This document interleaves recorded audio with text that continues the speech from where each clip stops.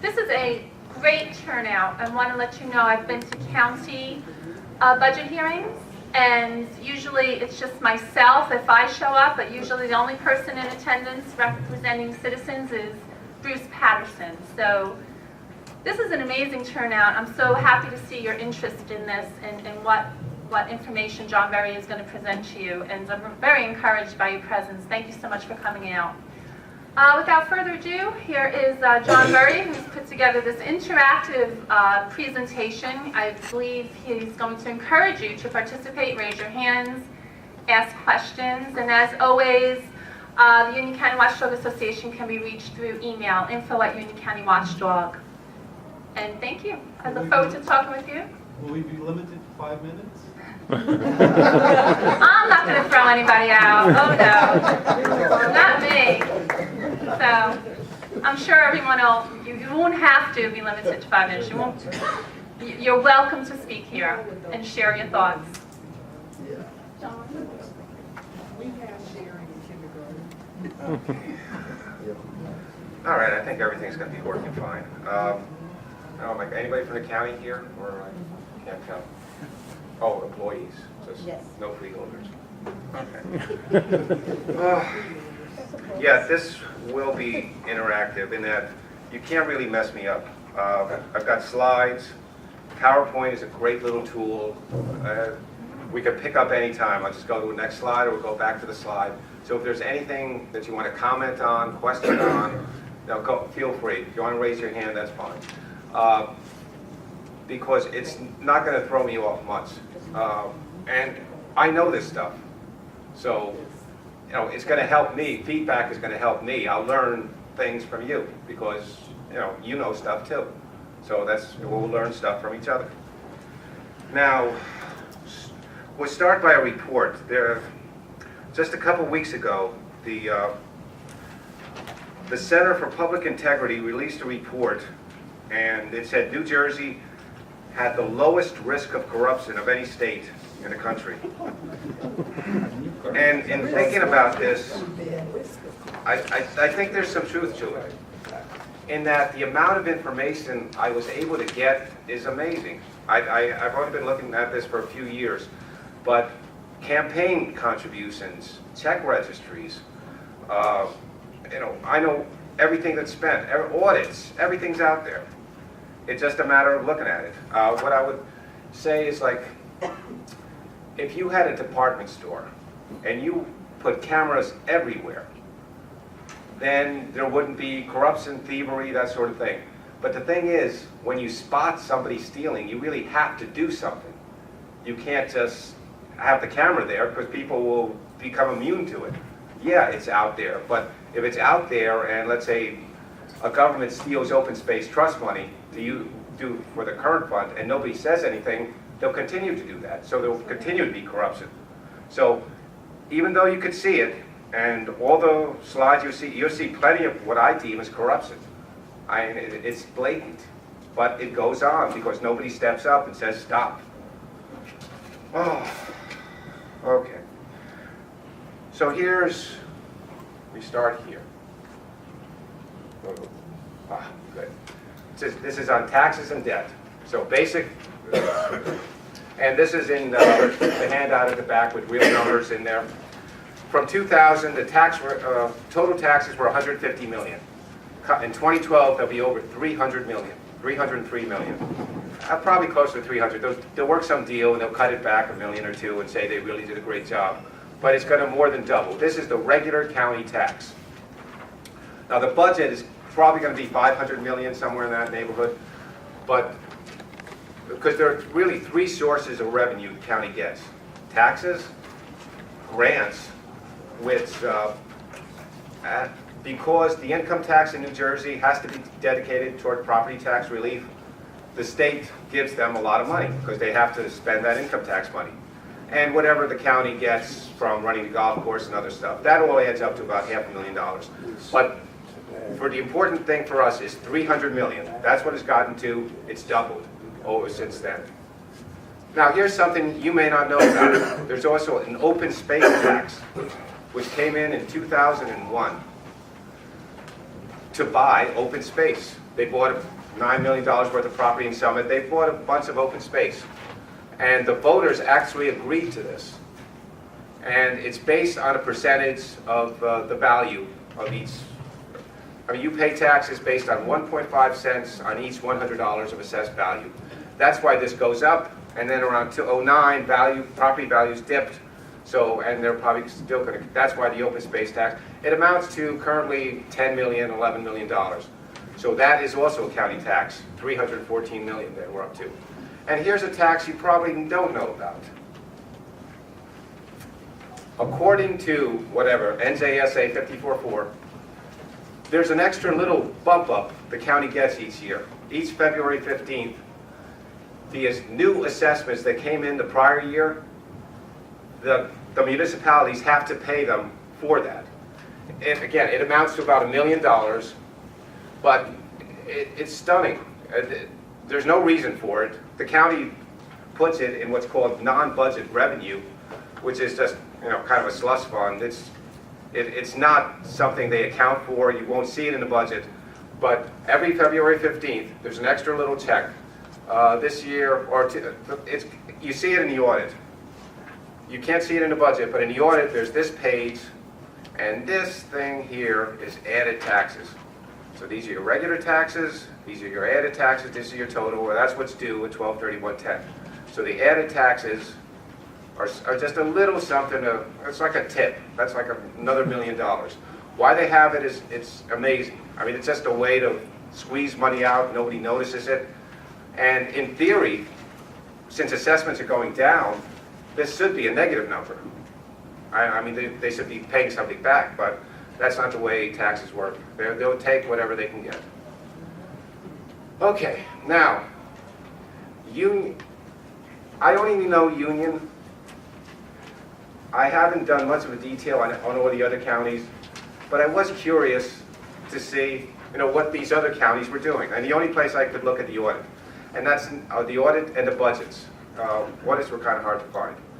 But budgets are easy now. Again, New Jersey, low risk of corruption, you can get a lot of stuff. So I have the numbers, but they're only numbers. We don't know what they're doing. This is what they tax for. But counties do different things.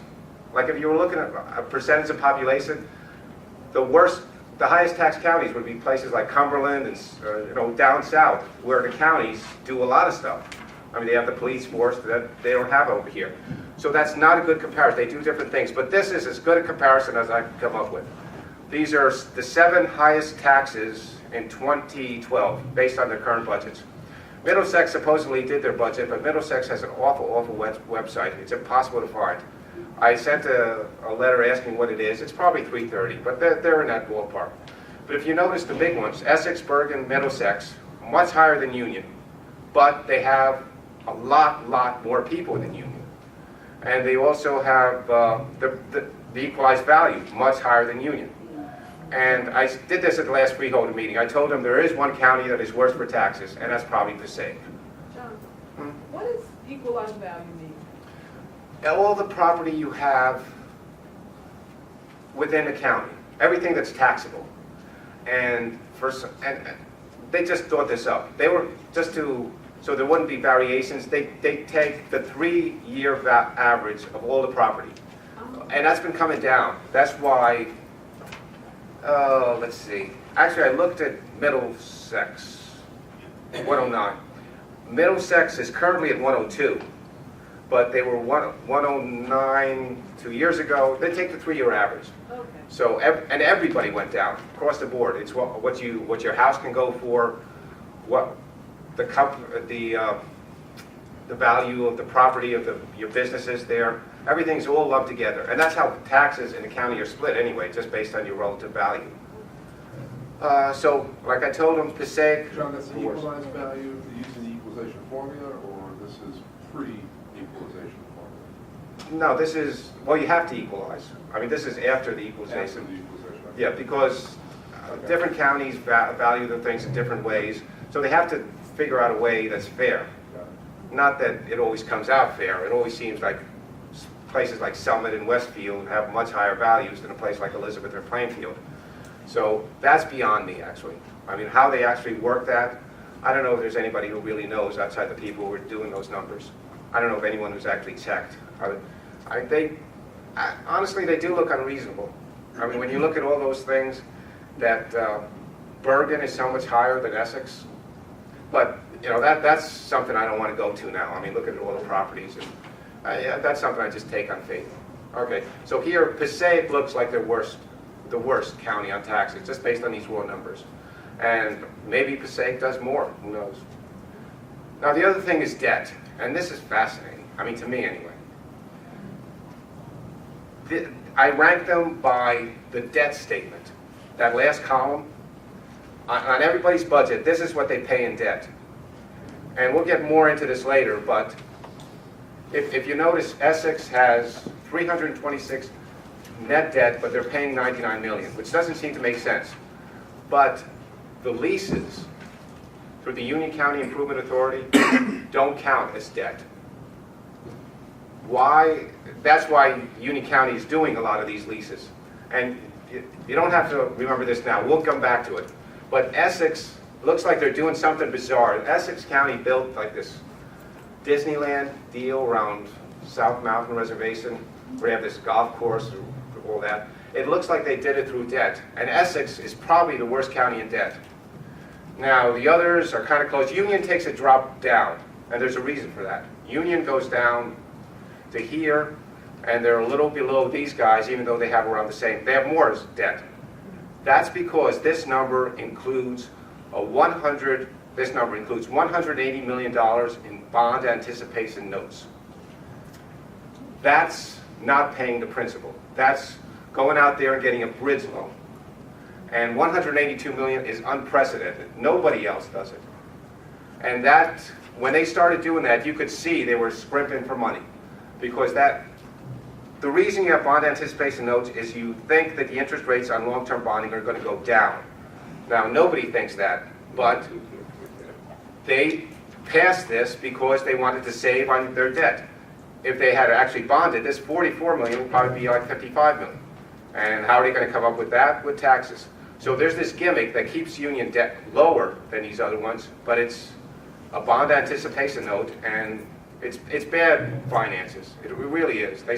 They have no reason to do it except to artificially keep bonding costs down. So that's it as far as debt, taxes, and okay. Now, this is just a little bit about me. John, I'm sorry, 44.8 is a debt service payment? Right. On the outstanding county debt? That was 2010. Right now, it's a little 51 million. And there's 556 million thereabouts in total debt today. That's an interesting story. And I saw something of 180 authorized but not issued. I mean, is there? Oh, yes.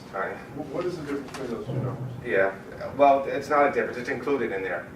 And this So is. that money is outstanding. That 180 is outstanding, or it's just available for borrowing? It's part of the 556. Actually, it's 130. This is 2010, so it was 180 then. But They keep rolling over that 180 short term. they're supposed to long-term bond it. But the thing is, It's and outstanding debt. It's not debt available to be issued. We're It's paying debt, interest yeah. on that. You Because pay it that back. would suggest that you have about an 8% interest rate on outstanding debt. The 44.8 over. yeah, that's another thing. And this took me a little while to figure out. How is that possible? Well, the thing is, those numbers are junk. Well, that's why. They're made-up stuff. All right, I understand now. Wait, and this is artificial. There are two factors you have to consider in this. Let's look at Union. 547 includes about 100 million, a little more, 110 million, bonds that were, an ordinance was passed, and we'll get into detail on this too. An ordinance was passed, they're going to spend it on something, but they haven't bonded yet. But that is included in this number. They're not paying any debt on this thing. But what is not included in that number, well, there are two things. First, whatever they've guaranteed. If they're guaranteed UCUA bonds, they've guaranteed Oakwood Plaza, solar panels, that's not included in here either. But the main thing that's not included are UCIA leases. That is, they're going to build a family courthouse. And we asked about this a few times. They're going to bond $45 million and build a new family courthouse. and went to the meetings and asked, well, so the debt is going to go from 555 to 600, right? No, it's not. And they were right. According to the rules of New Jersey, that is not counted as debt. Why? Maybe because it's a lease. Maybe they consider it a rent payment. Maybe they don't have to make the payment. They can default. I doubt it. But it's not a lease, so it's not in there. So this 547 number, if you counted all the leases, would be over $700 million. And logically, you should count it. All right? You'll see later. We'll get into that, all that debt stuff. I have a whole section on debt on this thing. But basically, I got here because there are 3 time bombs out there for not only New Jersey. New Jersey is worse than most. Really, really worse than most as far as pensions and retiree health care. And I know pensions. I'm a pension actuary. So I kind of got here looking at other states and looking at my taxes and seeing what are they doing with the actuarial assumptions? Are we really that bad? And when I looked at the New Jersey plan, it was worse than I could have ever imagined. They haven't put in money for like 10, 15 years. They're trying now, but it's just pathetic. They're paying out $8 to $9 billion a year, and they barely scrimping $4 billion into the plan. It's going to go broke. So the pensions are going to be a time bomb. Retiree health benefits. These people aren't going to be working, but you're going to be paying their health benefits for life. And there's no fund at all set up for that. So I was looking at this, and looking at the laws they were passing, looking at governors. I went to a Corzine Town Hall meeting in Cranford. He didn't know what change was made in 01. He completely mischaracterized it. And I got to thinking, are we governed by idiots? And that was basically where, and then another thing, I did a little column for the Union Leader, or it was the Kenilworth Leader, and then they went to Union, and I needed fodder for my articles. So I started going to Union County Freeholder and seeing what was going on there. It was late 07, 08, and this also hit me. And this is an interesting video because it kind of, the first 3 minutes are just setting out the situation. The reaction of the politician in this is just amazing. And I think it's symptomatic of a lot of politicians out there. I'm here tonight as the president of the Union County Watchdog Association. We had done some research into county commissions, and we came across a commission that was formed in the year 2001. It was a shared service commission. And finding that interesting because the county is now spending a lot of money on shared service studies, we looked further into it. We asked for the meeting minutes. We asked for any correspondence. We asked for a report. When the commission was formed, the resolution stated that their specific purpose was to produce a report on shared services. And the reason why this is sticking with me is the county has absolutely no records on file, despite having paid a secretary $3,000. It's the paperless office, I guess, but I don't know how you can have a secretary, pay a secretary, and she doesn't produce not even one piece of paper. It's mind-boggling to me. So in total, the commissioners and the secretary were paid $33,000, which is a large sum of money.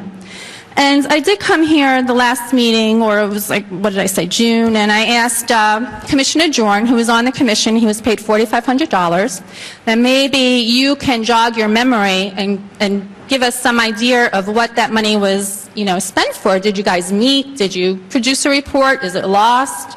Did the dog eat it?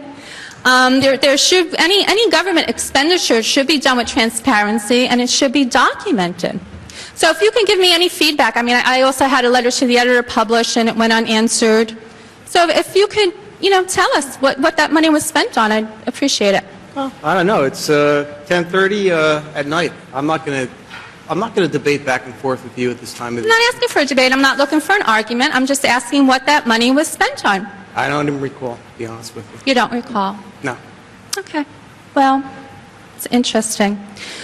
So it's $4,500. And again, I'm not looking for an argument, and this has nothing to do with politics. We stumbled on it. I was here in June. I could have waited till September, October to bring it here. I could have done anything I wanted with it, really. But again, I think someone needs to answer for this, this expenditure of dollars. And the fact that, $4,500 at the time was the average Cranford family's tax bill. So it's as if one family took out their checkbook and instead of paying their taxes that year, they wrote a check to George Dorn and they handed it to you. And you're saying you don't recall what you did to earn that money. And I can tell you, Ms. Lorena, over the course of my 9 years on the Cranford Township Committee, I've brought in millions of dollars to this town, saved this town a lot of money, got this town out of a lot of messes. So whatever you want to say, you can continue to say. Again, I'm not looking for an argument. You're arguing. I'm not asking for arguing. accountability for I'm this just stating- $4,500 you just stating the received. fact. It's unbelievable. And, you came here already, you raised your point. I'm going to keep coming. Keep on coming. That's your I will, prerogative. because you really need to answer to That's that. your And prerogative. I've also reported it to the State Attorney General's office, and I reported it to Christopher Christie's office, and I hope they can find the time to look into it, because this is so out of hand. I mean, I actually deal with a detective at the Attorney General's office, the State Attorney General's office, regularly. We're on first-name basis. And he said, Tina, so much of this stuff is pouring in from across the state that we just simply don't have the resources to look into all of it. So maybe that'll help you sleep tonight. But that's how bad the problem is, and citizens have to ask for transparency. They have to ask for documentation. They just cannot allow $4,500 to be thrown to the wind with no accountability. But you don't seem to be concerned about the hundreds of billions of dollars that are being spent on our foreign policy right now. Are you concerned? I am the president of the Union County Watchdog Association, which means we focus on county government, county government, which paid you $4,500. Right. And another interesting thing happens. I mean, again, I'm not looking for an argument, but you obviously are. And this isn't a lot of money to you. Someone at the last meeting brought up that you're also on the Utilities Authority and you get a stipend of $1,500 a year. Yeah. And you said something flippant like, oh, it's only $1,500 a year. $1,500 a year is a lot of money to me. That's a family vacation. $4,500 is a huge amount of money. Like I said, it's a Cranford tax bill. And you're very flippant and disrespectful about it. Okay. Thank Okay. you. Thank you. But we'll let the people who watch this judge who's flippant or... I hope so, and I hope people write letters, and I hope they come here and they say, George Jordan, I want to know what I paid you $4,500 for. What did my family pay you for? I What hope did they we get did. for that? And you're so disrespectful about it. Ms. You Rena, don't remember. Ms. Rena, Thank you. thank you. I just don't respect you, so that's why I'm disrespectful to you. Can I add something to that? George Jordan lost that election by 6 votes, maybe 20. He lost that election, and he was great to win. So I don't want any of you to be discouraged by that. You keep speaking out. I know there's a lot of you in here that do that. So he lost the next election.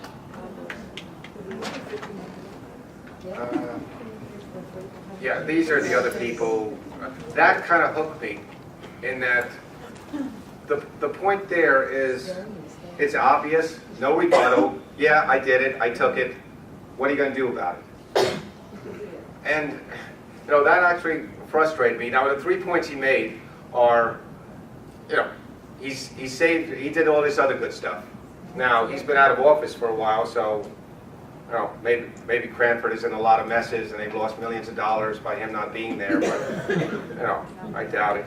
And then there's the Iraq card. Right, George Bush invaded Iraq. How dare you bother me about stealing $4,500? And another thing I found in a lot of politicians is that they say, well, we don't make a lot for this. We don't need this aggravation. Well, then don't do it. I mean, there are a lot of people who really want a good government and they're willing to put in a lot of time. Yeah. Well, my town does that to me. They get a substantial amount of money, plus they get health care if they choose.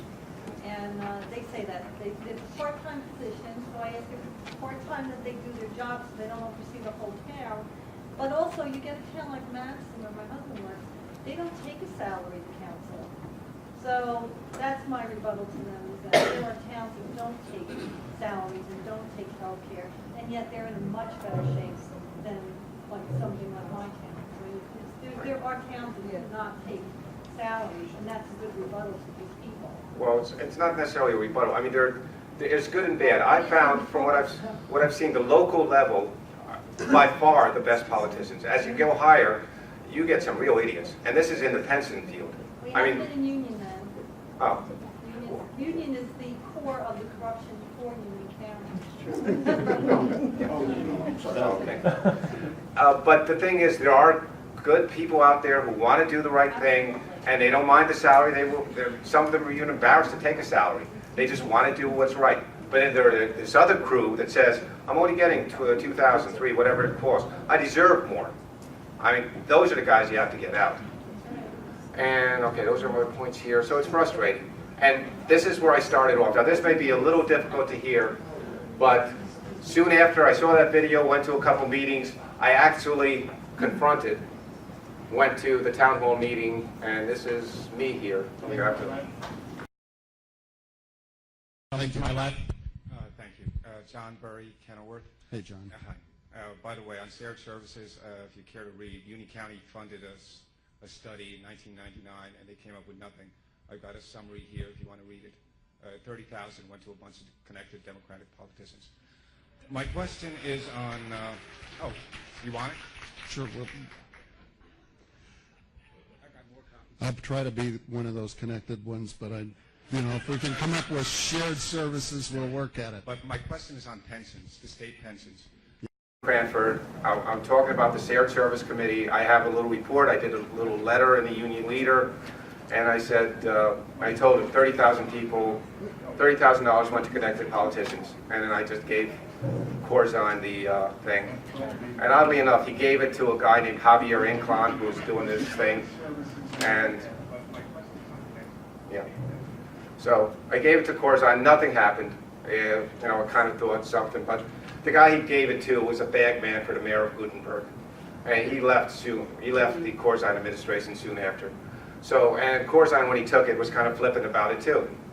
Only 30,000. I mean, it really was discouraging there, but that didn't discourage me from coming. Now, here's the meat of the presentation. This is kind of what I found. And an EVUP, actually I wanted big letters with the EVUP. This is what runs our government.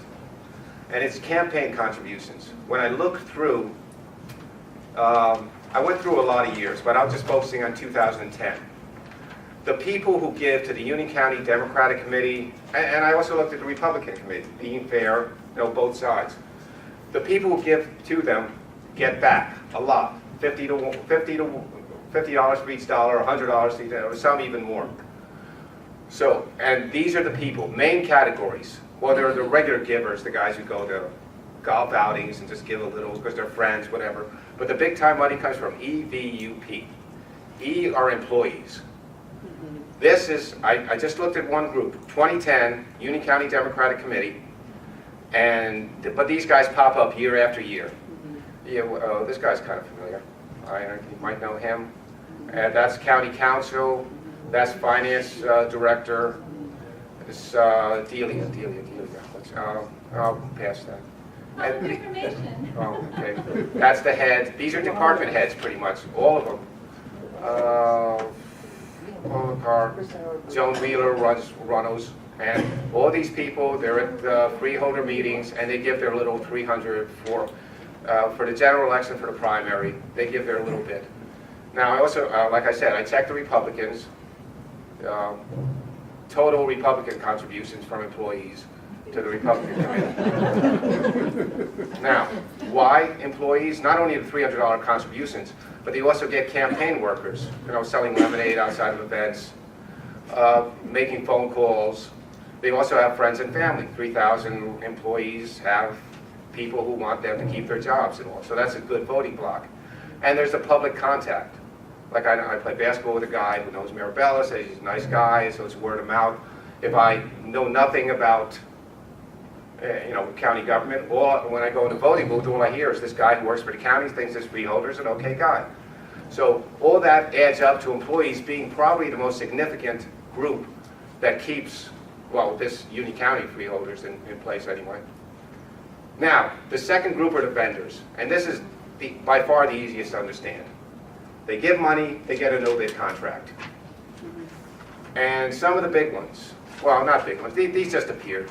This guy isn't that big. Richard Baux, a lawyer who was at one law firm in 2008, then he moved to another one, and he gave $10,000, and he got put on, his new firm got put on as the lawyer for a bunch of places. Makes a ton of money. Birdsall is a big one. In 2010, which I limited myself to 2010, they gave 7,800 and they took it away. So, I mean, they give over the years. Yep. They're formerly PMK, so you know. Right. That They merged PMK. They were Birdsall in 2010, I guess, so that's why they appeared here. Yeah, get a ton of money. Harbor Consultants. These another law firm.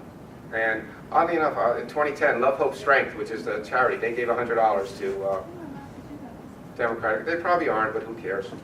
I mean, nobody looks at these except me. I mean, what are you going to do? Well, are you going to turn in Love Hope Strength?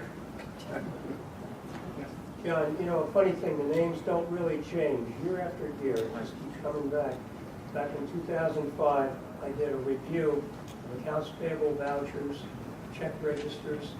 I wrote a 12-page report, submitted it to the Union County freeholders, sent it to the newspapers. I got very little response from the freeholders. They said, well, thank you for your 30 hours of hard work. I came back again to a Union County freeholder meeting. I challenged them. Had they read it? Had they passed it on to anybody to take some action? A report on what? It was on their spending, Oh. on their accounts payable spending. And I recommended ways they could save millions of dollars. This is back in 2005. I met with Larry Caroselli, the finance director, met with Michael Yuska, the purchasing director. All they did was a song and a dance, and it got buried. But the funny thing is, the recent review by the county itself came up with ways to save money, and they were the same things that I suggested back in 2005. Order partner? Office supplies, Oh, standardization, you know, a lot of stuff. So they might have plagiarized or I don't know. I don't care if they plagiarized, but they didn't take any action until they got into a financial bind. What's regular, let's hear about hail insurance. Oh, yeah, good point. When you look at these things, the Redligers, Cynthia, Donald, some other guy, they're responsible, they're the principals of hail insurance, which gets a lot of money. You can't say directly, but the county's paying like $40 million for health insurance.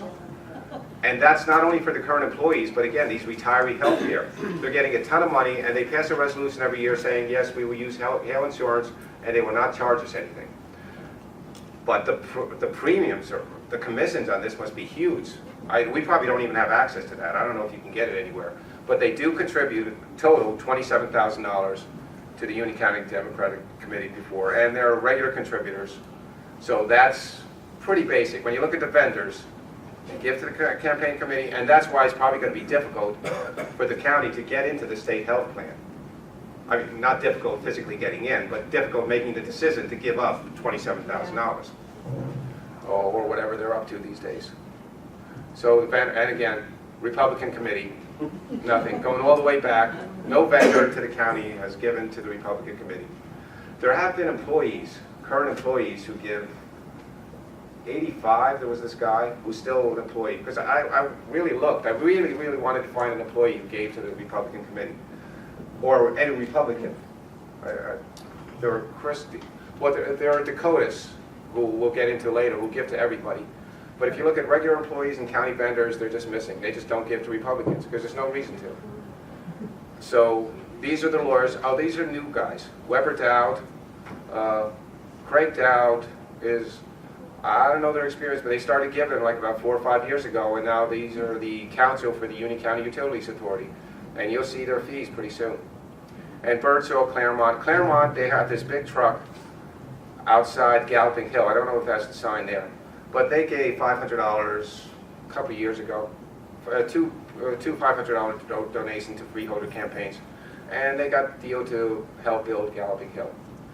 So vendors. Now, Dakotas Fitzpatrick. This was a fascinating thing I found. This was like a wow moment for me. These are lawyers in the firm. They all live outside of Union County. Every one of them. But if you look at the campaign contributions for 11, 10, and 9, they all decided to give to these campaigns, the Democratic freeholder campaigns, in these amounts. And as fate would have it, when you total them all up, They came to 30,000, except for this 18 cents. So, It's like they did the math. yeah, you would think they got into a meeting one day and came up with these numbers. I don't know if that's illegal. That may not be. It probably isn't illegal. They did it. They're lawyers. But this is what they're doing. So each year they pump in 30,000. Not the guy who actually works on the freeholder thing on the UCUA is named Jonathan Williams. You may see a picture of him later. He didn't give anything, but you know his partners did. Did you check everything statewide? Did he give to somebody else? Did he give to the state committee? No, I didn't check anything for Williams. But the thing is, I always thought lawyers were like, for my one lawsuit, lawyers were in it together. If you're a partner in a law firm, it's as if you operate for the other guy. I don't think, this doesn't look legal. These guys, if they're partners, they're being treated as one person. I mean, that's what you do in the law. Campaign contribution may be something different. But again, 20 people and, you know, one guy dropped out, then they upped it a little. Right? It's pretty obvious what they're doing here. Now, what do they get for that? Here it is. Based on the check registries for 2011, 92,000 went in. They're defending this guy named Jonathan Dawkins. Not him, he died, or he's close to death, but he's suing the county, and these look like Jonathan Dawkins things, and then in a hand check registry, there's something for 50,000, unexplained. But they get $92,000 from the county. They also get Union County Improvement Authority, their main council. They get a lot of money from the Improvement Authority. More than that. That's a 6 million you track down. Just saying. You don't think I... You can come on. But wait, there's more. Union County Utilities Authority, and this is their total billing. And again, another point to make is it's there. I can find this. It's on their website. That's why there's such a low risk of corruption, because all this stuff is out there and you can see it. Why there's corruption is that nobody cares. You see it, but there's Dakotas right here. Annual billing. They had that Covanta deal where they put debt on future. It really was an awful deal, but they cut their costs for the current year. But they got $457,000 for that, only in 11. But that deal went through 10 and went through 12, so that wasn't the total. This is only 11 costs. And then there's that Weber Dowd. They're the attorneys for there, and they have two things. They also worked on the Covanta deal and something else. The Weber Dowd did well. The trustees report. Well, that's it. Union County Utilities Authority, a big source of income for these campaign donors, and including Dakotas. And another thing, the Improvement Authority. Now, this is regular. Explain what the Improvement Authority is. Well, it's headed by Charlotte DeFilippo, Union County Democratic Chair, and they build things. And these are some of the things they build, or child advocacy, all these things. And they say they can get a better deal on bonding if you go through them. But what actually happens is that they funnel back a lot of money to, well, Dakotas for one. And they get a worse deal just because of something about having to pay their fees. So that's why the Union County Improvement Authority builds stuff for the county and for Linden. That's about it. I mean, they did Plainfield, Park Madison, but nobody uses it. Nobody would be dumb enough to use it outside of the county and Linden. Now, so Dakota's picked up another $1 million, and they pick this up every year. And they look for projects. Like this renewable energy thing, they've gotten, that's only 1 year. This project's been going on for a while. They have maybe $500,000 in fees, more than that now. And it's to put solar panels and using SRECs to pay for them. If you've heard of SRECs recently, that's a market that's tanking, and these bonds are probably going to default. But Dakotas doesn't care because they've gotten their fees. Those things aren't bonded. They get it here. And, oh, another thing, just for my personal benefit, they're still getting fees for the Linden Library, which was built 2 years ago. And this is particularly annoying because I did a series when I did my Union Leader piece on best libraries in Union County. And when it came down to pick the best, I was kind of torn between Union and Linden. And I It was like a flip of a coin thing, and it came out to be Union. And this was like 4 years ago. And they built this new library, and Linden is now not in the top 10. They don't have new material. They've got this nice, well, it's not, actually it's really not nice. You can't walk directly to the book drop. There are a lot of problems with it. But they spent so much on the library, they really killed their library. And Dakota's still, 2 years after it's built, is getting money for something. What? Well, and all this stuff is something that you'd think a full-time director of the Union County Improvement Authority would be able to take care of and save us all this money. Well, that's not the way it works in Union County. So if you total all that up, for their $30,000 a year, and it could be more, to different places, and it is more. Dakota's gives a lot. $1.6 million, or if you want to put it some different way, that's jobs with benefits. How many of those would that be? Like 160? No, 16. Well, how many layoffs would this save? And they're looking to cut toner when this number is just staring at them. Get the Union County Improvement Director to do some work. Don't do any stupid deals like Covanta. And have your in-house counsel do your legal work, especially on stuff that's routine. But there's no reason to hire a big law firm like Dakota's to defend minor employee lawsuits. Okay, the next thing, this was another part. It's not a major one, but unions give to candidates. That's because they want to keep their people working, especially in construction. There are prevailing wage laws where you get a county to build a golf clubhouse, for example. They make a ton of money. The unions get their people working, they get dues. So it makes perfect sense for them to give. So they do give to the Democratic Committee, and some in large amounts. And here they do give to the Republicans. They picked up $1,000 just from these, I guess just for on the off chance that they'll come in some year. They do give them a little something. But that's more of a state issue, the union control, than the county. I mean, the county wants to keep those contributions, so they do build projects. That's an incentive for them, but it's not that major. And that's union dues. Now, the major thing are these, well, it's kind of wheeling. I lump it as political. All these people, these people are going to win. Payne for Congress, Lesniak, they're going to win. But they get money donated to them. So what do they do with the extra money? Instead of putting out a sign or a campaign commercial, they just give it to the Union County Democratic Committee, for example, or a lot of other committees, just to keep them, by influence, whatever stuff. There are many reasons. So that's a major source of revenue for the Democrats, and it pretty much is the only source of revenue for the Republicans. You got, there's committee, they did a little something. Kane is going to win. Lance, they've got, and these people are going to win in their districts, and they get this money. So they help out, the poor little Republican committee with a little money. And that's, if there's a reason that you see Republican signs out there, it's probably this money. I mean, this coming campaign thing. And this just kind of explains it, like the last part, the dealing and wheeling. There are limits on how much you can give to someone that who's going to make a decision on whether you get a contract or not. So Dakotas and Fitzpatrick, if they want a contract with Union County, well, they give to Union County, but that might be a bad example. But they give to Lesniak, who moves it over to Union County. Now, whether they prearrange this, I don't think anybody can tell. Obviously, they wouldn't keep track of this. But wheeling is, a major problem in the backrooms, and that still hasn't been. Okay.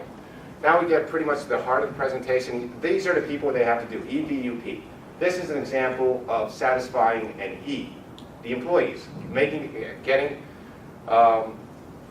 the employees there happy and working to keep the freeholders in there. There was an ordinance passed in 2011, February, raising golf fees. But they also have this little blurb. And nobody knew what it was, so we asked. Good evening, Chairwoman Scanlon, ladies and gentlemen of the Freeholder Board, Bruce Patterson, Carver, New Jersey. I noticed in parentheses in the reading of this, it says retiree health insurance benefits. If anybody would like to clarify what exactly that is doing, is it making something more favorable? Does it actually pertain to maybe the constitutional officers? You know, we have two of them, obviously, so it doesn't pertain to that. And even if somebody planning to retire or something like that, this is very interesting what this is doing. If somebody could explain that to me. Thank you.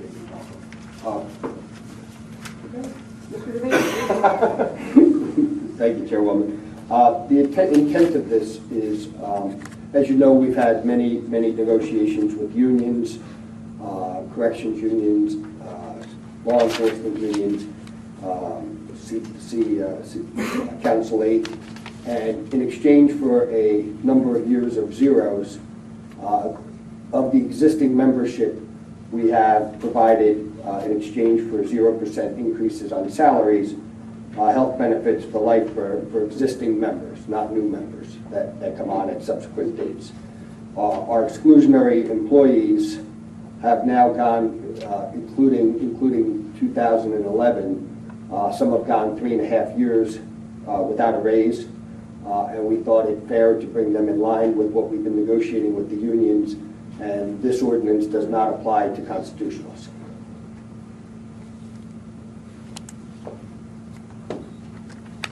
Loretta Cranford, can you tell me what the cost of this is going to be annually? If there's an estimation, and also can you give an overview of what exactly the fees for recreation facilities, how those are changing? Thank you.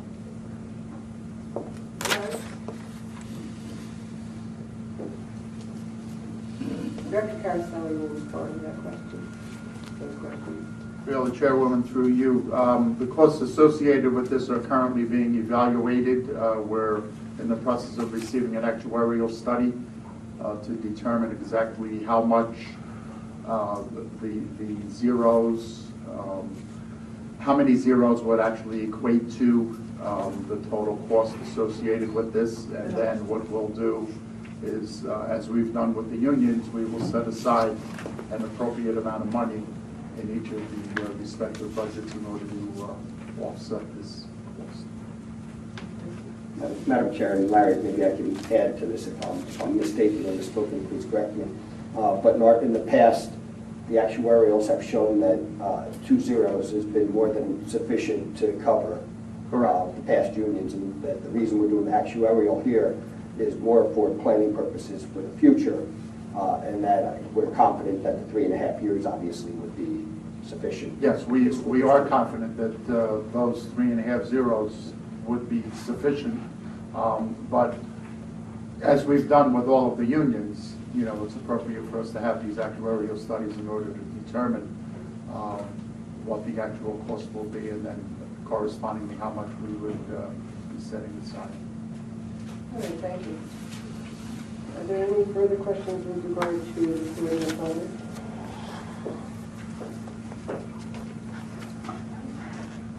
Yeah, John Burry, Kenilworth. What does 3.5 zeros mean? What is that? Someone can correct me if I'm wrong, but I believe it means that for 3.5 years, the exclusionary employees have not been given any raises. Oh, I thought it was something to do with the cost. How many people are involved altogether?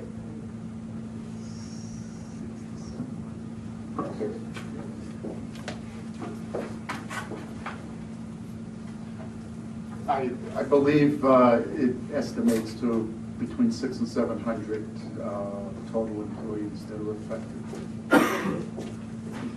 You might not want to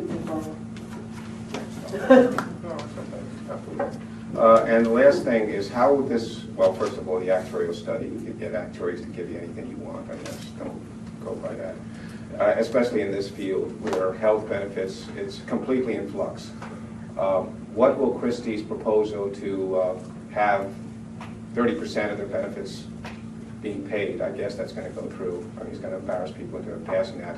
Will that affect these people as well? Will they have to start chipping in, or was it exclusive of whatever a Republican governor might decide to do?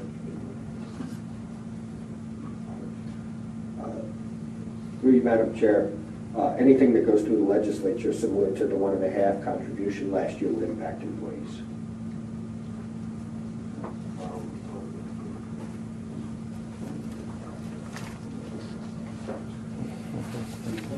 Basically, ordinance, golf fees, okay, let's go through it. So some dumb schmuck walks up there and says, well, what's this about?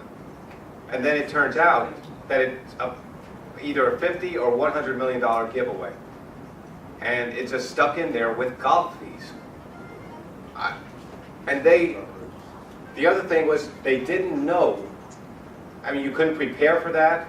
You came to a freeholder meeting, saw this ordinance. You know, obviously, what's this about? And it was, I mean, if Bruce hadn't brought it up, this would have never come out. I mean, just to notice it. And now we get to the study, and this is what I do. The study is absolute garbage. Well, on 2 scores. First of all, the cost of health care is very, very difficult to, I mean, especially these days when it's in flux. Who knows what it's going to cost? They guessed about $100 million. They could be wrong, could be right, depends on what Medicare, what the federal government picks out, but $100 million, let's go with that. They're saying not having a raise, for giving up a 3% raise for that group of people would pay for it. Now, that's where the garbage comes in. What they did, and it turned out to be I looked at the study, 541 people, average salary about $60,000. I mean, these are, you know, higher paid, you know, the people who work at the 6th floor, those kind of people. So 2001, the savings of those people not getting 3% would be about $1 million, 968. Second year, take that 968, add another 3% to it, 987, and you just add them all up.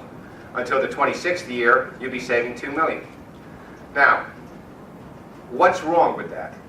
You're never going to say, I don't want to raise for the rest of my life. For 26 years, I'm not going to ever get a raise? Yeah, no, you're going to get a raise. But they're thinking, no, this is just for giving up 1 year's worth of raise and then adding it all up.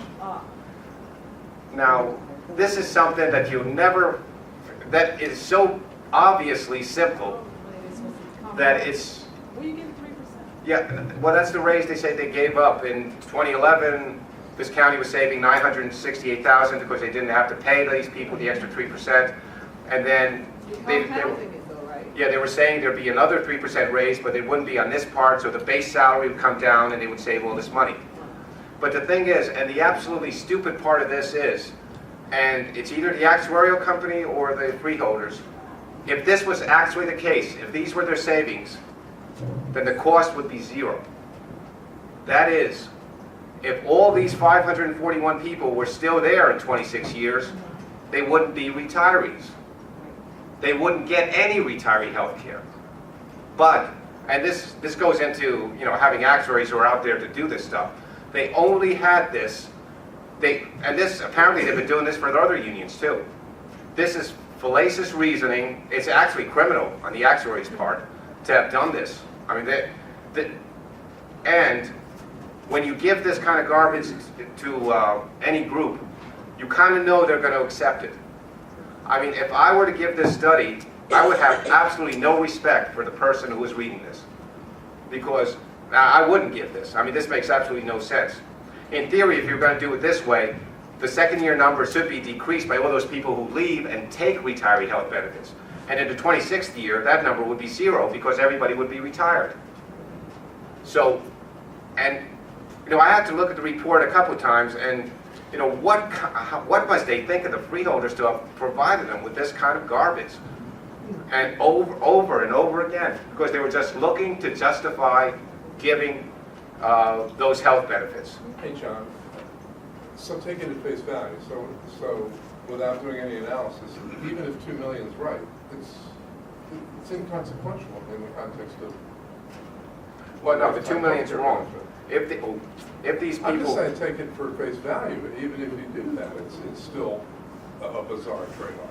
Yeah. And do you know that the 21 towns? I asked you this a moment ago, but for the benefit of the group, I know from the town I live in, we had just. First of all, our workers were deferred increases for 2 years. So they didn't get any. Right. And we told them we couldn't afford lifetime health care for them. So the people that live in our towns and work for us most closely get nothing. Yeah, that's something. But we're paying 11% of the result of this equation. Right, you're paying for other retirees, healthcare, union. Yes. Yeah, the trick back in 2011 was Christie's 2% cap came into play at that point.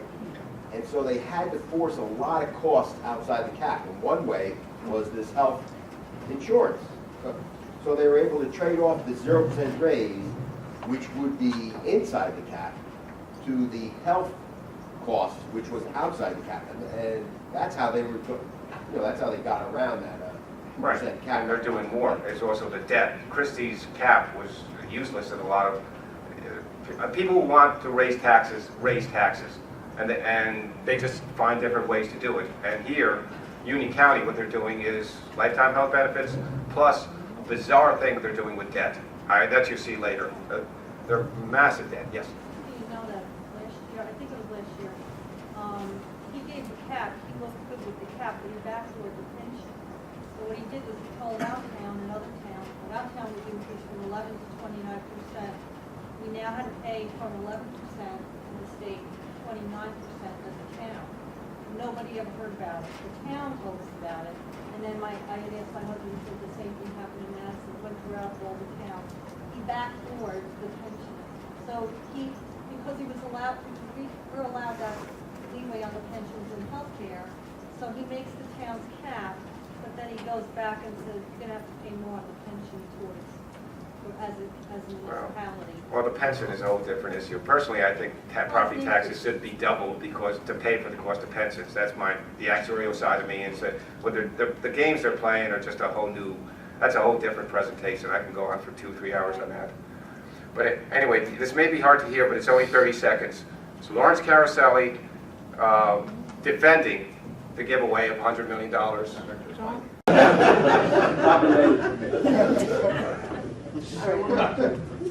If I might come up too, if you don't mind. I think the county should actually be, applauded for doing this, especially with the fact that every governmental entity has always provided health benefits for retirees without them offering anything.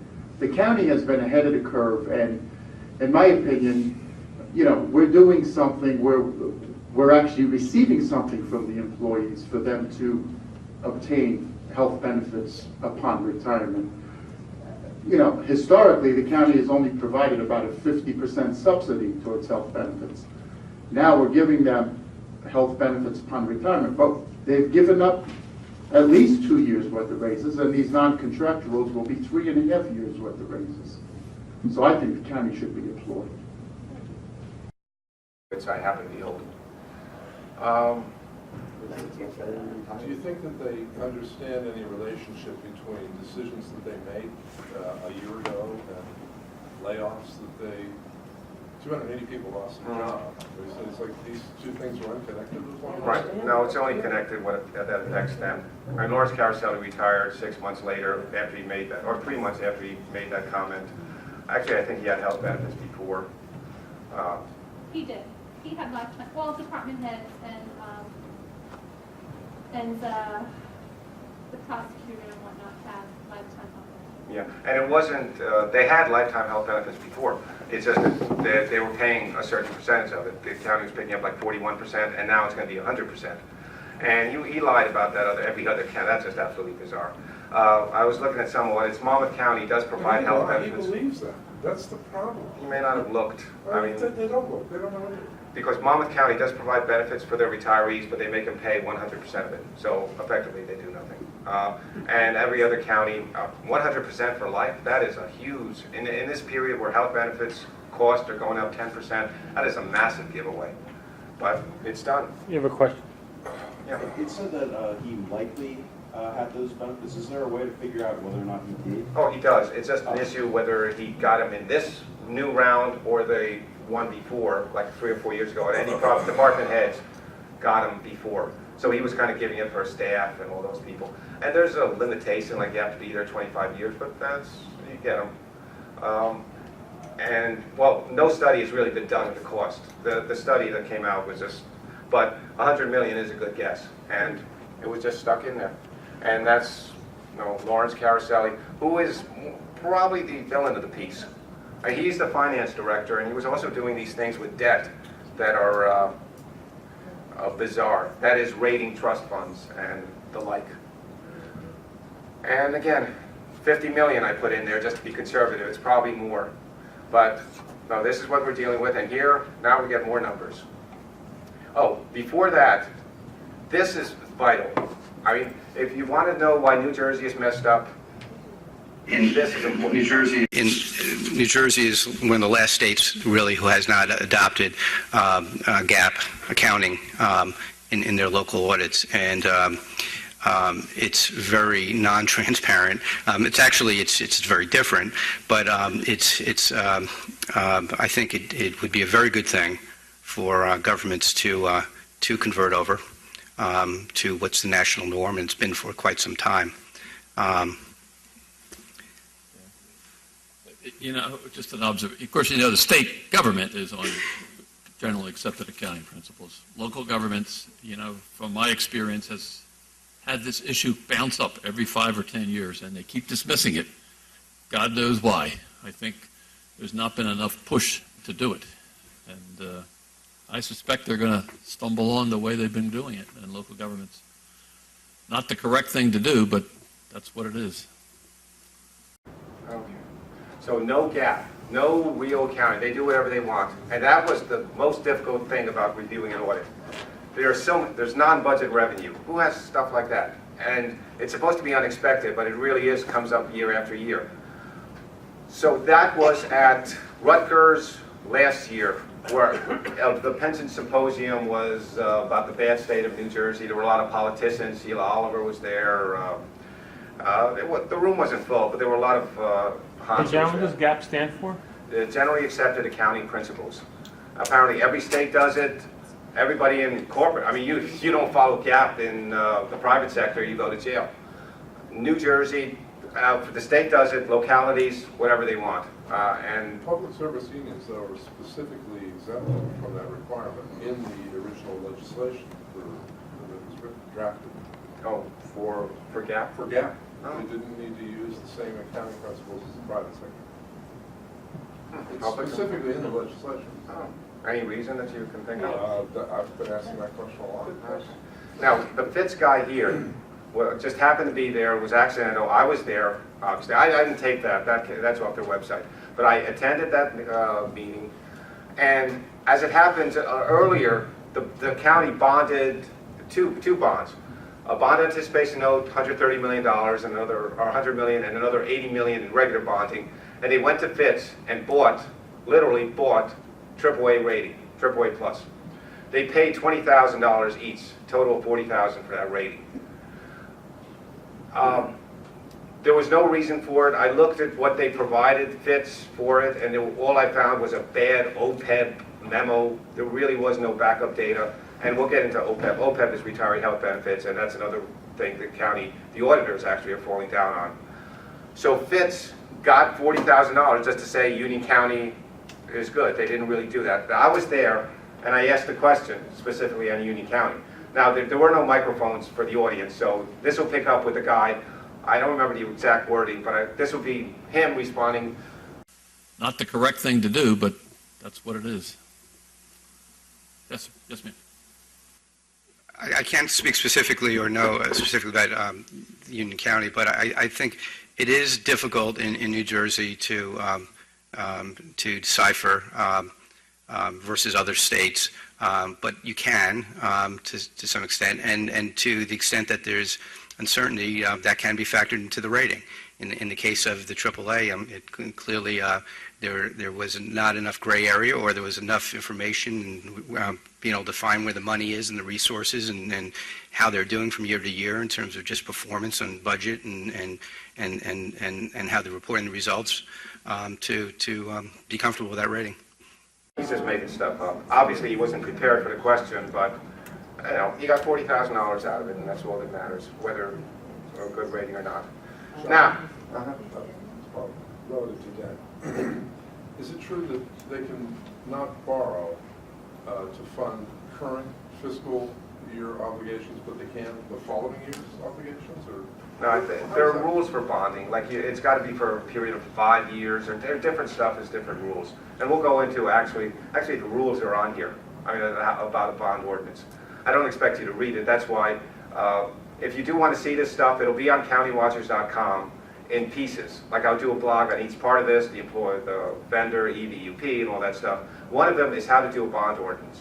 And I have my suspicions that Union County isn't doing it right, just based on here, but we'll get into the bond ordinance. So this will go through quickly. The budget pays for all this stuff. They run a nursing home for now, might be privatized as we speak. So they do all this stuff. So they do have to spend money on something besides their campaign donors. Let's see. And they have these, this helps them do their jobs, are supposed to help them. And here are taxes. This year they're up to $303 million, which is a 4.2% drop. And the total budget varies. You can't really put a number, like say $500,000, because they get grants throughout the year. Officially it's $483 million, but if they get a grant, it gets added to it. So it's probably $500 million now. Now this is the taxes by city, and that's in the handout. Let's see, yeah, Summit with their $3 million increase, second biggest ever. 2%. Yeah, to get around the cap, there is a fairly complicated tax levy cap. You take stuff out, you multiply by 1.02, then you put the stuff back in. The stuff you take out is health insurance premium increases and debt. So that's why they're going into debt. And this is what I mentioned before, the official debt. There are the bonds, there's the bond, this is 12/31/11 estimate. Bond anticipation notes in 03, they gave early retirement to people and they bonded for it. They got the money through bonding. They were borrowing for some dams. And this is the bonds they passed an ordinance for, but they haven't actually sold it. That gets counted in the official debt. Now, what's not debt are these leases. And on each lease, there's this one line in the audit. Additional rent, the county will pay the authority, additional administration fee for actual legal and accounting expenses incurred by the authority. So the county pays a lease payment to the UCUA, and they also pay those fees you saw for Dakotas plus others. They also kick those in. So it's a way for Dakotas to get big time money without anybody really seeing it. And that's $1 million a year, and it's been steady. Here are the UCIA leases, and that's where I get the $156 million. New family courthouse is here. Now, that's a low number, $1.8 million, because that is only going to be interest only until 2024. They picked that year because they got a lot of bonds cast in 2024, 2023 or something like that. So it makes the debt look kind of steady.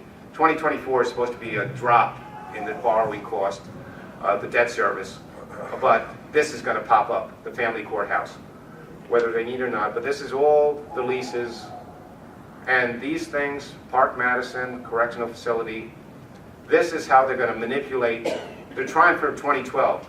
They're going to the local finance board, try to get these lease payments lower. And that's how they're going to save jobs. If the local finance board comes back and say, okay, you could refinance your debt, then they're going to have more money, and that's what they're counting on to maybe save jobs. Okay, and this is the increase over the last few years. In 2000, they only had 20 million, the correctional facility or whatever it was, but they've been moving up, and then it came down, and then the family courthouse is up. So that debt is another 156 million on top of the official debt of 556 million. Another not debt is Open Space Trust Fund, but that's another whole issue. From what it looks like to me, they're stealing money from the Open Space Trust Fund to pay current expenses. And one thing I'm positive of, they're paying parks people with the Open Space Trust Fund, parks people who work on property that was acquired not from the Open Space Trust Fund, which is not, they can't do that except in real life, which they are doing. So there's a total debt. Bonding, the leases. There's also guaranteed debt if it comes back. Solar panels are supposed to be paid by SREC. There's a company called Tioga that came in, put in the solar panels, got the bonding money, and they're supposed to get sell SREX, which at the time this deal went through, were selling at 600. They're now selling it under 100. These will probably default. Oakwood Plaza is a building complex next couple blocks from where Ray Lesniak lives, and that's I've got a bunch of stuff there, but it's really complicated to get into. This is supposed to be paid off with Section 8 housing money. Whether it is or not, if it turns out not to be, that'll default too. Retiree health costs, which I estimate are probably $600 million. They have a lot of retirees, and if you pay everybody full, that's really the cost. There's no fund set aside. There's a negligible amount that they're rating, incidentally, that the county has. And then pensions, again, that's a huge number, and those contributions will probably go up year after year, but that is a massive number that's beyond there. Now the bonding. And this I don't really want to read through. Bonding is supposed to be for long-term projects, 5 years generally. You have to go through a procedure to hold a public hearing, publish notice and all that, but they do these pretty quickly. First reading, second reading, they have this all set up. There's not much, and well, you should go to the website. I really feel like reading all this. But there's specific rules, and you can't bond for more than 2% of your assessed value. Union County isn't close to that. They're around 1% now, maybe not even. Officially, it's 0.73 last year.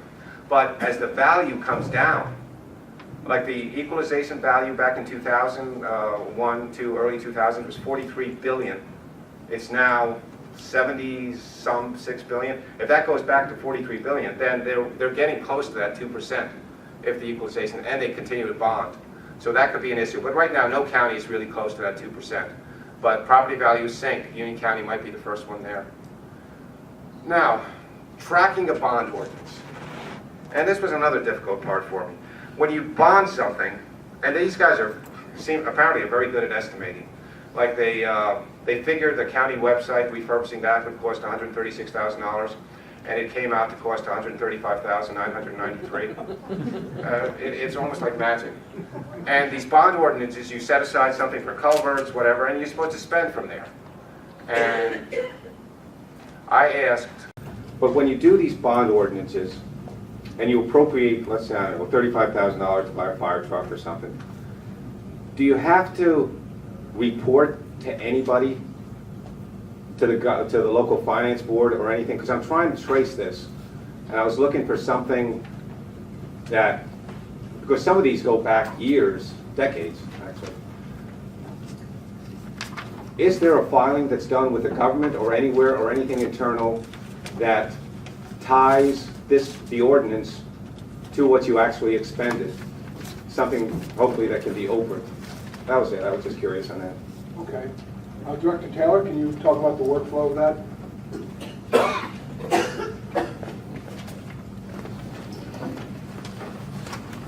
Yes, sir. Based upon the available balances, according to our audited financial statements, they are reconciled to our internal financial system that we utilize. Based upon those balances, we then are allowed to reappropriate existing monies that are available. It does not require local finance board approval because these are not new monies. We're utilizing existing balances that fall within those appropriate departments for continued projects. But it is something that will be reviewed at Through the audit. annual audit. Right. That's absolutely correct, sir. Okay. All right.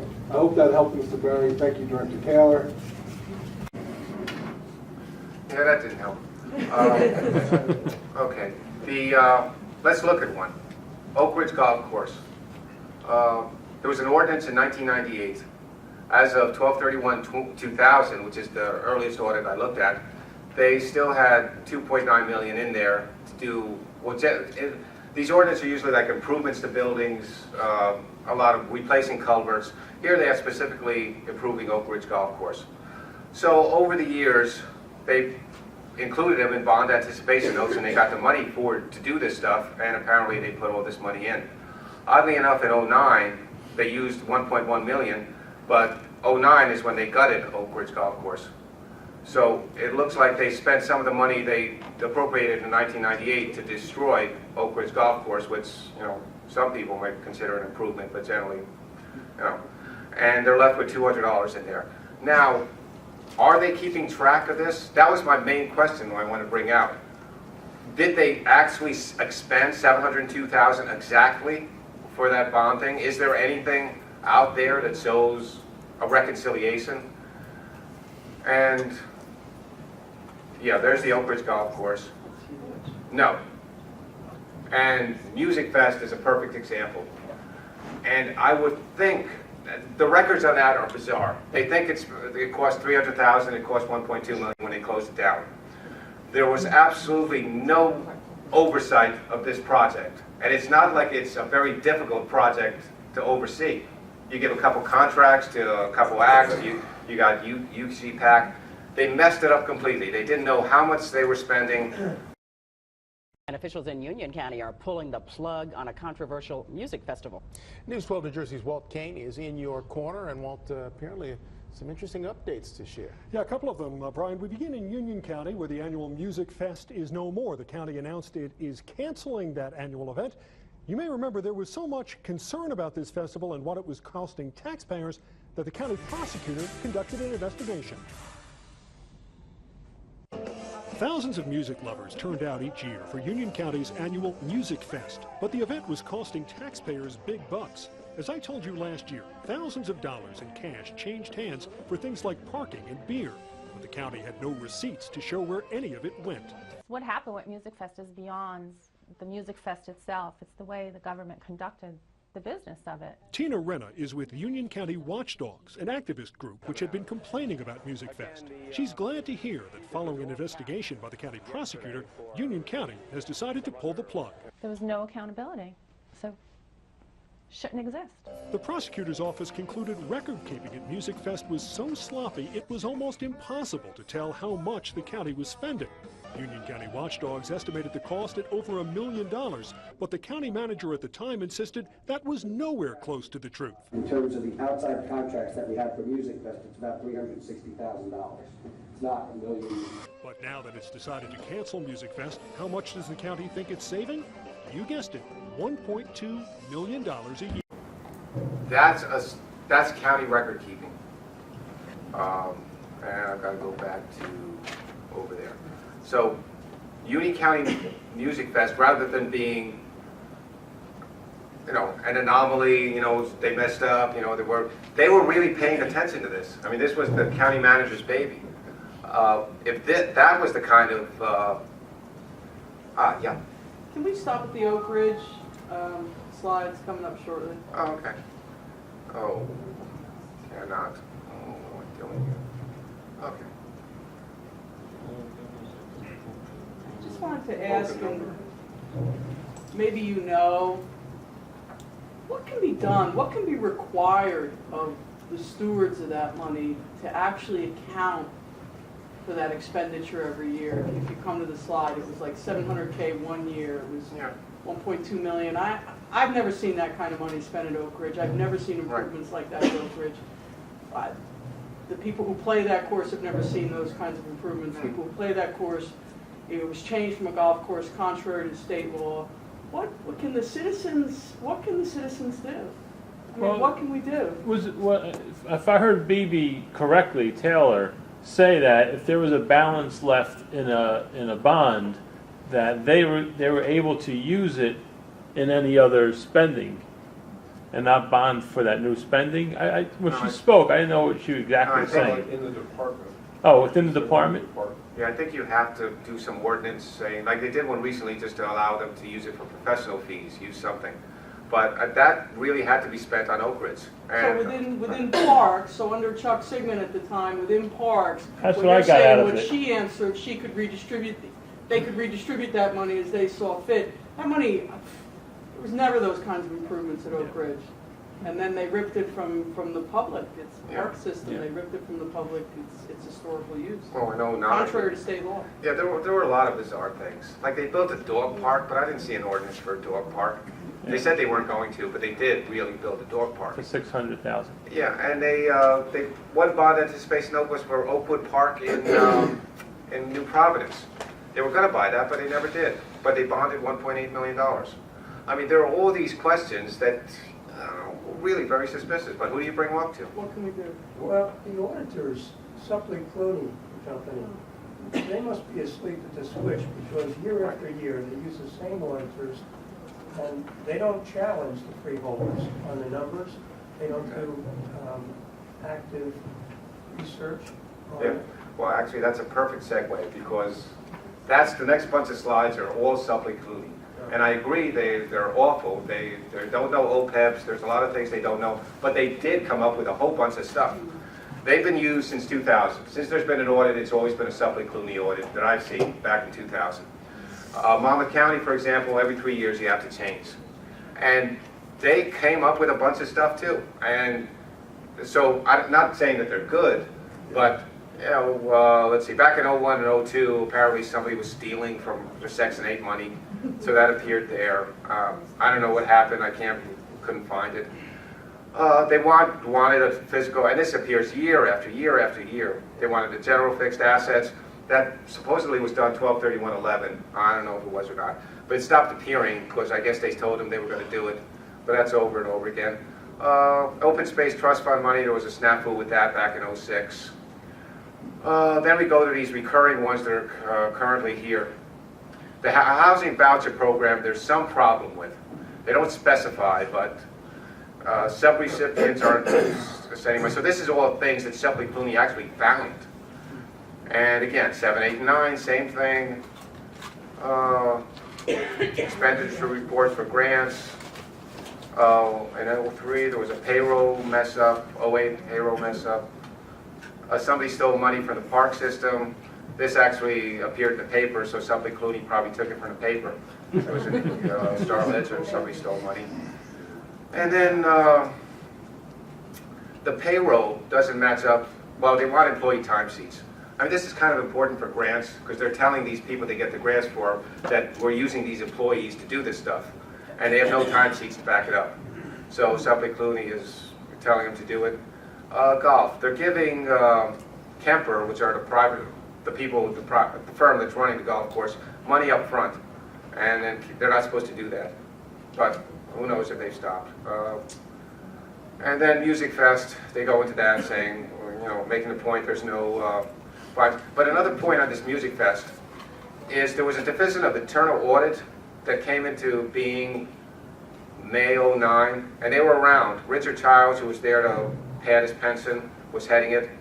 But you know, this was going on. The money in the safe, Music Fest money in the safe was going on while they had the division of internal audit doing, you know, we can only guess at it. And in addition to the Supply Clooney things, you look at the audit, the OPEB calculations are blatantly wrong. They're spending money to say that a government insignia can't be trademarked when, you know, every book you see on copyright knows it isn't. Currently, La Paula Colbeck, 2 lawsuits against the county. People making 6 figures, full benefits and a pension say they have nothing to do. And there might be others who can't afford a lawyer for that. Now, Stockton, California is going to go bankrupt. And I was researching this because there were pension-related questions. But what they did was bring a new senior management team to look around, and they were saying that the city council just didn't do anything. They didn't read. All this stuff was out there, and the 10 slides before with the audit findings, they're out there. They're in the audit, and they're in year after year after year, and they don't do anything. They don't fix it. So Stockton, California is going to go bankrupt, and Union County has a chance there too. This year's revenues. I brought this up, and I was going to put a slide of the answers, but it didn't, and I didn't feel like it at the end. The UCUA money, they're getting dodgy revenues. $2 million is this Covanta deal that I don't really want to get into, but it basically adds $24 million in debt that's paid in future years, and the county gets a $2 million kickback to use for current expenses. It's monetizing debt, basically. It's actually a sinking fund. It's an escrow for the Covanta project, which should be earmarked differently than it is. I mean, that's what the $2 million. Right, but they're using it for current expenses, and it's considered revenue. That should be illegal. Another thing that definitely is illegal.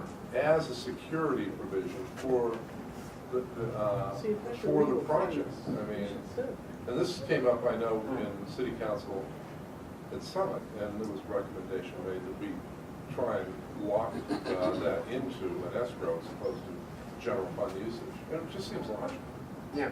Why, so there's a lot of stuff here, but what do you feel is the most effective way that you can, in a positive and in a sort of a cooperative way, get the county freeholders to sort of help us resolve the problems here? I guess you would be doing it if you knew. But Yeah. What's the No, that's a good recommendation? I mean, we can sit here and talk about it, but what's the most effective way of challenging all of this? Vote the bums out.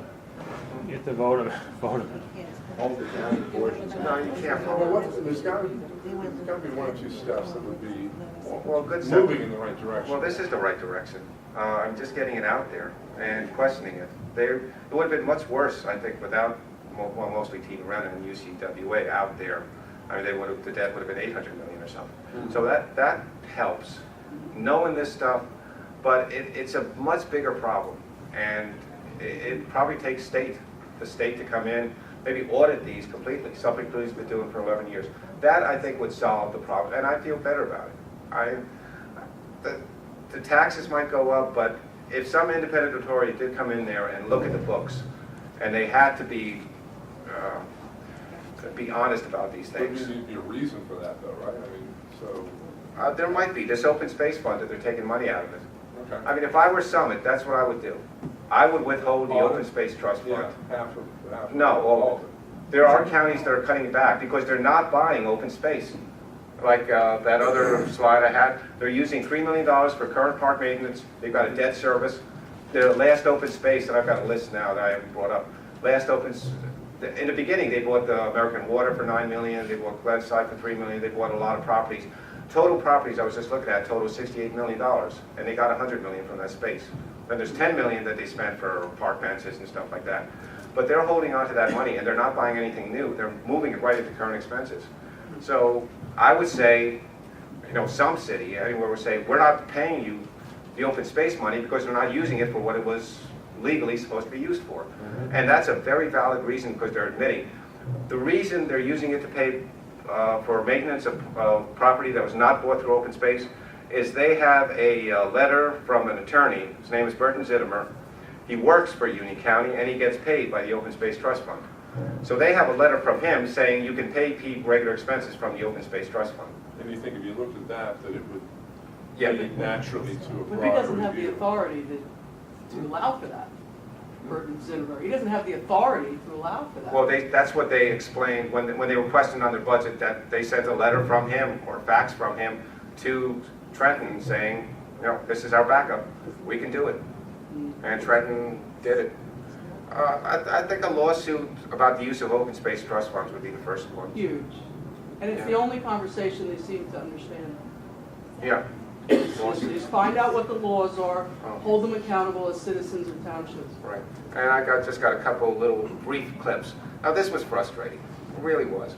A Summit Council president at the Hometown TV. Concerns about economic growth internationally with the heavy euro debt and also the trillions in the U.S. We've tried in Summit, and I know the county's doing a great job of trying to reduce some of the debt levels. So going forward, we have opportunities, but there's still a tremendous amount of uncertainty as to what's transpiring right now, which we've got to be careful. Really, really frustrating. Doing a great job reducing debt. And I saw that at the time when I was putting this together and figuring out what the debt really was. So there's a lot of information that has to be gotten out there. That you can't be saying this stuff because it's all debt. It's a monstrous amount of debt. And this is what they're trying to do now. They canceled budget hearings. You can't read this probably, but they canceled budget hearings and they're going to go to the county and refinance the UCIA debt. And I asked, they didn't say how, but I can assume that they're going to try to push more debt out. That's why that's the only option they have for bringing down that 3.3 million. And continuing on that, I just want to read the final one. Having been a finance chair for the last couple of years in Summit, I've read the county budget, and I admire what Chairman Marabella is doing. recognizing, of course, that you've got to go further. And not that I have any recommendations, except my observation is that you've been hit very hard. You've lost roughly $12 million in revenues from state aid. You've taken $24 million and cut that in half with your proposed reductions, those reductions are going in the right direction. I think, unfortunately, the level of spending, both at the county and at the state, is not sustainable. So we've got to keep looking at ways in which to reduce things. And I like the idea that I read in the budget about the possibility of privatizing Runnels Hospital, the Watchung Stables just down the road here, and also the Corrections Department, because these are big users, and I'd like to compliment you on what you did at Galloping Hill Golf Course. You sold the rights there to Kemper Sports, and you turned it around from like a $500,000 loser to a $200,000 winner in just a year. That's amazing. So doing things like this, and I'd like to encourage people from Summit and our viewers to come forth with some other ideas in a nice manner, in a civil manner, that could help Chairman Mirabella get his job done properly. Putting that on your commercial, the Republican endorsement. Well, putting that on your commercial, the Republican endorsement. Yeah, that was hard to watch. That's hard to watch. Yeah. I can think of 24 names they should just relieve of their duties, and that would add a lot of money to the budget. Right, and going the way you're going, admire what you're doing. The Galloping Hill was a lie. They lost a ton of money, they're losing a ton of money. They closed Oak Ridge on a lie because they allocated the earnings equally among three things, and Oak Ridge was the smallest, so they wanted to close that. They're losing a lot of money, they admit that in the audit. Hurricane Irene hurt them, they actually lost $150,000. So this is information that wasn't checked, and we're going in the wrong direction if we're going in. Well, the first thing would be to educate Council Chairman Madden before he went up there and congratulated Mirabella on the way he's moving. And that was another difficult part of that. Admire the way you're moving, and he's moving toward laying off 280 people. There were a lot of things. Workers, they're like, I just want to interject, I'm sorry. No, this is it. They're laying off the actual workers. They're not laying off not one patronage position, not one. All 10%. It's incredible. It's so obvious. Yeah, the people who are actually doing the work, the clerks, the maintenance people who are actually providing the services are being let go, and they're adding more to the pyramid. The pyramid is upside down. There's the higher echelon that say yes, yes, yes, yes, yes, and then the people who are actually providing the citizen services, which is why, I mean, you try to be nice. I've seen Summit on TV try to be nice, but many people have tried to be nice for decades. And I think the only thing they're going to understand is actually identifying the laws that they're breaking and citizen suits and demand change. Okay, I was going to play the videos and read this thing, but that's just silly. The last point I want to make is that, and there were pictures of the freeholders, but maybe I'll play it as you're walking out. No freeholder represents Summit or Kenilworth or Cranford or even Elizabeth. They all represent the Union County Democratic Committee. It chooses each and every one and throws them aside if they get uppity or inconvenient to maintain.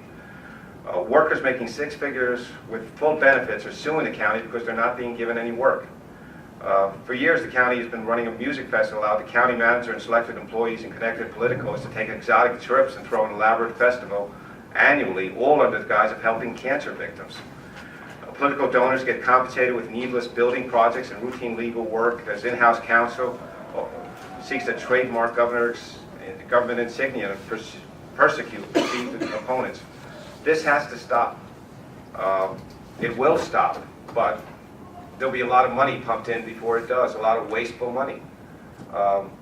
And you people being here is a start. I mean, we need more, and we need you to come actually to freeholder meetings. They're not really that difficult.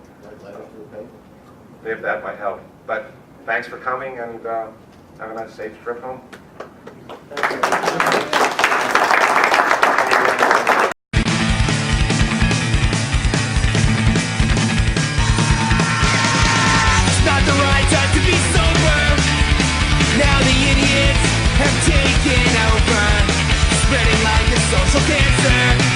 there an answer? Mensa membership exceeding. Tell me why and how are all these stupid people breeding? Watson, it's really elementary. The industrial revolution has flipped the bitch on evolution. The benevolent wise are being promoted out to size. What a bummer. The world keeps getting dumber. Insensitivity is standard, and faith is being fancied over reason. Darwin's rolling over in his coffin. The fittest are surviving much less often.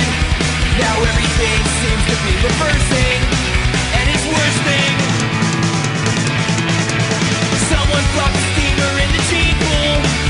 Now angry mob mentality is no longer the exception, it's the rule. And I'm starting to feel a lot like Charlton Heston, stranded on a primate planet. Apes and orangutans and ran into the ground, with generals and the armies that obeyed them.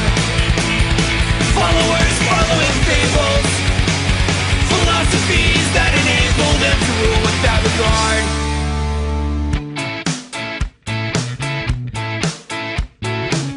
There's no point for democracy when ignorance is celebrated. Political scientists get the same one vote as some walkie-talkie bread. Majority rule don't work in mental institutions. Sometimes the smallest, softest voice carries the crown. Big dissolution, what are we left with? A nation of God-fearing pregnant nationalists who feel it's their duty to populate the homeland. Pass on traditions, how to get ahead religions, and prosperity via simple culture. The idiots have taken over. The idiots have taken over. The idiots have taken over. The idiots have taken over. The idiots have taken over. Tina Ryder Cranford. Is this working? I wasn't prepared to speak on this tonight, but John Barry inspired me.